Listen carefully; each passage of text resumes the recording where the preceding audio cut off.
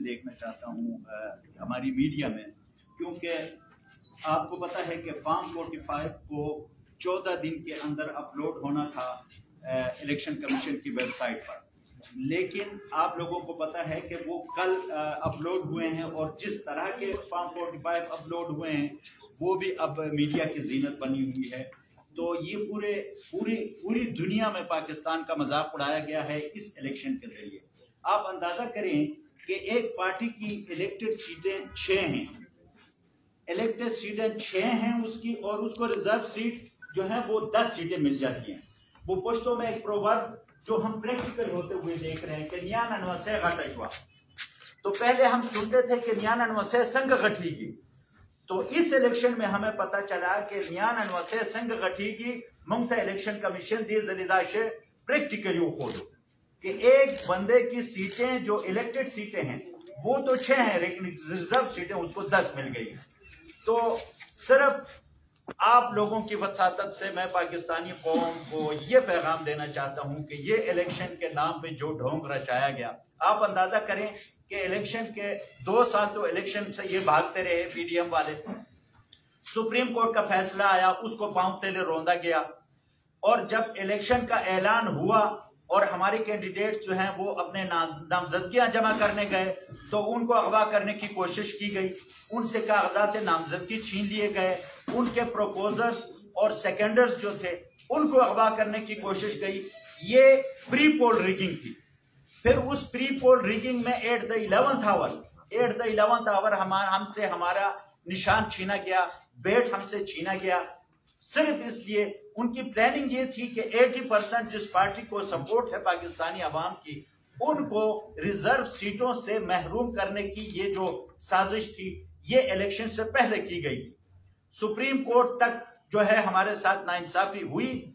ہم نے جب پی ٹی آئی نظریاتی کے لیے اپنے وہ دے دیے آپشنز دے دیے تو ودن 1 آور الیکشن کمیشن نے اس کو بھی ریجیکٹ کر دیا۔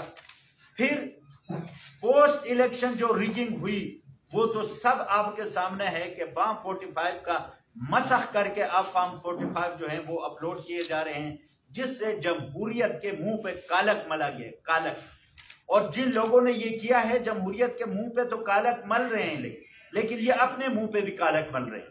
ان کے اپنے چہرے بھی ایسے ہو گئے ہیں کہ وہ قوم کو بہت بھیانک دکھ رہے ہیں۔ تو میری صرف اب الیکشن کمیشن تو پارٹی بن گئی، پی ٹی آئی کے خلاف الیکشن کمیشن اور اسپیشلی چیف الیکشن کمشنر وہ پارٹی بن گئے ہیں۔ ہم تو یہاں سے مطالبہ کرتے ہیں کہ اس میں اگر ذرہ برابر بھی کوئی اخلاقی جرت، کوئی پرنسپل اگر اس میں ہیں اپنے چیف الیکشن کمشنر صاحب نے، تو ان کو اب تک استعفیٰ دے دینا چاہیے تھا، لیکن وہ اتنے ڈھیٹ ہیں کہ ابھی تک وہ چمٹے ہوئے ہیں، اور استعفیٰ ان کو دینا چاہیے تھا لیکن نہیں دے رہا۔ ہم پھر بھی یہ مطالبہ دہرا رہے ہیں کہ ان کو فل فور استعفیٰ دینا چاہیے، کیونکہ جو ذمہ داری کانسٹیٹیوشنلی ان کو دی گئی تھی وہ ذمہ داری ادا نہیں کر سکے۔ فیئر الیکشن، وہ فیئر FAIR کی جگہ فیئر تو تھا لیکن اٹ واز FER، فیئر، خوف تھا، یہ فیئر وہ لائے۔ ٹرانسپیرنسی کی جگہ وہ اس طرح ٹرانسپیرنسی لائے ہیں کہ اس ٹرانسپیرنسی میں پورا نظام ننگا ہو گیا، پورا سسٹم کو انہوں نے ننگا کر دیا۔ لیکن اس ٹرانسپیرنسی کی ضرورت جس کی تھی کہ الیکشن میں دھاندلی نہ ہو، وہ شفاف ہوں، تو وہ جو پردے بیچ میں تھے وہ پردے انہوں نے خود پھاڑ دیے ہیں۔ اب سسٹم اس ٹرانسپیرنسی سے ننگا نظر آ رہا ہے اور پوری قوم اس کو دیکھ رہی۔ تو الیکشن کمیشن، پوری الیکشن کمیشن ناکام ہو گئی ہے اپنی ذمہ داری ادا کرنے میں۔ اس لیے ہم مطالبہ کرتے ہیں کہ چیف الیکشن کمشنر سمیت اس کے تمام ممبرز کو استعفیٰ دینا چاہیے تھا۔ اب صرف ایک چیز رہ گئی ہے کہ ہم کورٹ میں گئے ہیں، ہائی کورٹ۔ ہماری صرف امید کورٹ سے ہے کہ وہ اس ناانصافی کو، اس ظلم کو، اس بربریت کو ریورس کرے۔ اب آپ دیکھیں کہ ہمارے جو بھائی بیٹھے ہیں یہاں پہ مائنارٹی خواتین کی نمائندگی اب اسمبلی میں کون لوگ کریں گے؟ وہ لوگ کریں گے جن کو قوم نے ریجیکٹ کیا، ان کے نامینیز قوم کو ریپرزینٹ کریں گے۔ جس جماعت نے کروڑوں ووٹ لیے ان کی نمائندگی اس میں اسمبلی میں نہیں ہو رہی، بلکہ قوم کے ریجیکٹ شدہ، قوم کے مسترد شدہ لوگوں کو اب ان کی نامنیز جو ہیں وہ اسمبلی میں قوم کی نمائندگی کریں. تو یہ ہم بالکل بھی ایکسپٹ نہیں کریں گے. ہم اسمبلیز کے اندر، پروونشل اور نیشنل اسمبلی کے اندر بھی اس چیز کو فائٹ کرتے رہیں گے. ہم سڑکوں میں بھی اس چیز کو، کیونکہ یہ پاکستان کے مستقبل کے ساتھ کھیلا جا رہا ہے. یہ میسج دیا جا رہا ہے کہ پاکستان میں جمہوریت ناکام ہو گئی ہے. میسج یہ دیا جا رہا ہے، حالانکہ جمہوریت ناکام نہیں ہوئی. جمہوریت تو کامیابی کی طرف جا رہی تھی، لیکن اس جمہوریت کو ڈیریل کرنے کے لیے اس طرح کی حرکتیں کی جا رہی ہیں، اس طرح کی مطلب قانون کی دھجیاں بکھیری جا رہی ہیں. تو جب قانون اور آئین کو بالائے طاق رکھ کے آپ کوئی بھی کام کریں گے، رولز آف دا گیم، وہ جب اب بعض لوگ کہہ رہے ہیں کہ جی ہمیں پاکستان نازک موڑ سے گزر رہا ہے، آپ نے یکجہتی کا مظاہرہ کرنا ہے. میں کہتا ہوں کہ پاکستان کو نازک موڑ پر لایا کس طرح گیا. اس وجہ سے پاکستان ہر وقت نازک موڑ پہ ہوتا ہے کہ یہاں پہ جمہوریت کو پنپنے کی اجازت نہیں دی جا رہی، اس کو رستہ نہیں دیا جا رہا. ہر ایک اپنے طور پر جمہوریت کو ٹوسٹ کر کے اپنے لوگوں کو لانے. آپ اس نازک موڑ سے قوم آگے نکلنے کی کوشش کر رہی تھی. جب قیدی نمبر 804 کو اپنے بند کر دیا تو قوم نے فیصلہ کیا کہ اب ہم اس پاکستان کو نازک موڑ سے آگے لے کے جائیں گے، اور قوم نے تقریباً 180 سیٹوں کا مینڈیٹ دیا پاکستان تحریک انصاف کے کینڈیڈیٹس کو.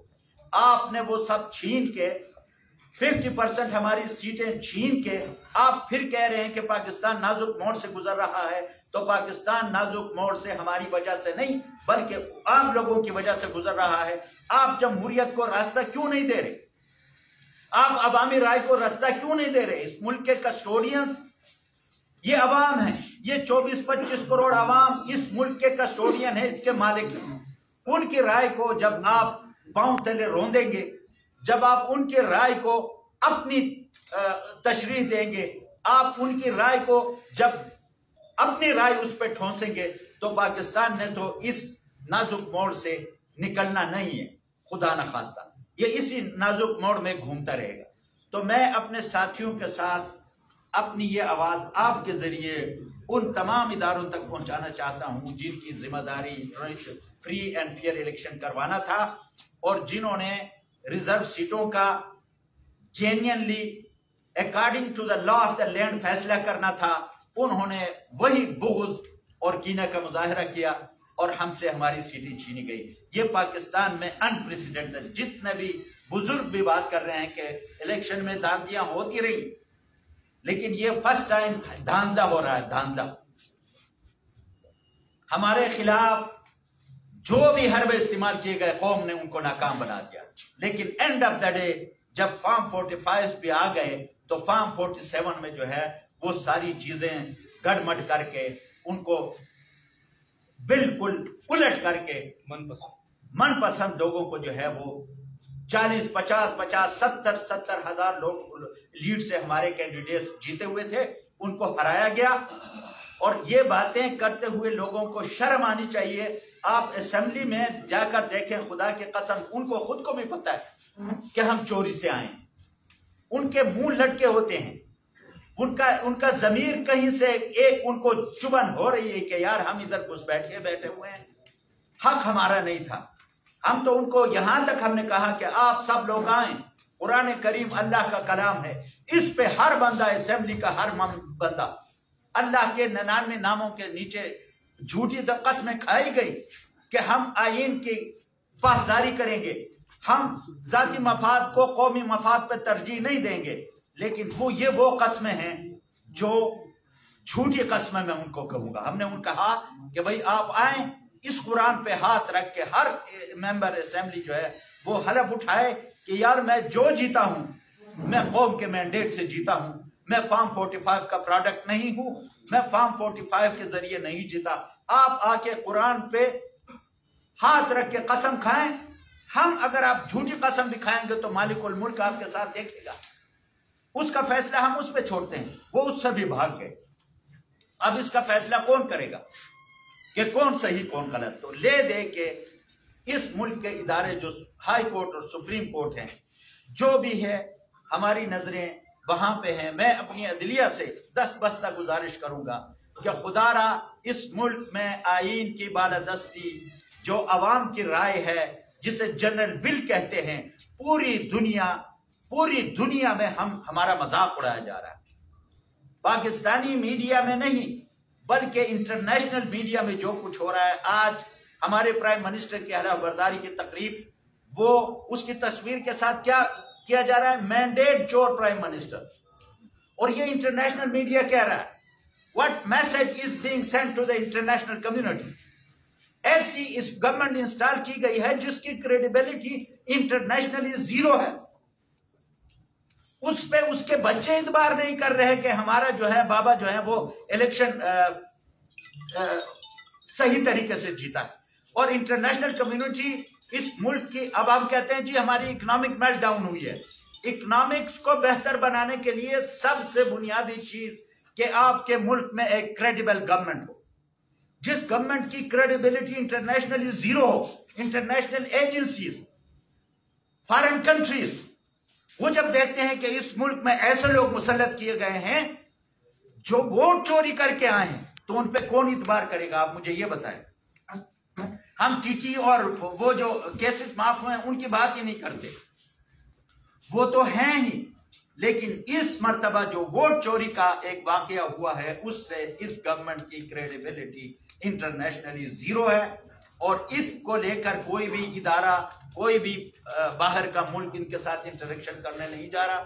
تو میری گزارش اب ہائی کورٹ اور سپریم کورٹ سے ہے کہ وہ اس چیز کو کم از کم پش ڈیمیج کنٹرول کرے. Damage has already been done. ہماری سیٹیں چھینی گئی ہیں، جو لوگ ہارے ہوئے تھے ان کے نوٹیفیکیشن ہو چکے ہیں، وہ آج اسمبلیز میں بیٹھے ہوئے ہیں. ہم کہتے ہیں کہ کم از کم یہ ریزرو سیٹ کے حوالے سے اگر کوئی فیصلہ کورٹ سے آئے تو تھوڑی بہت اس سسٹم کی جو یہ کریڈیبلٹی ہے یہ کم از کم 5-10% اسٹیبلش ہو جائے گی، ورنہ یہ پاکستان کے لیے بہت برا ہونے جا رہا ہے. جی سر، کمیشن نے جو فیصلہ دیا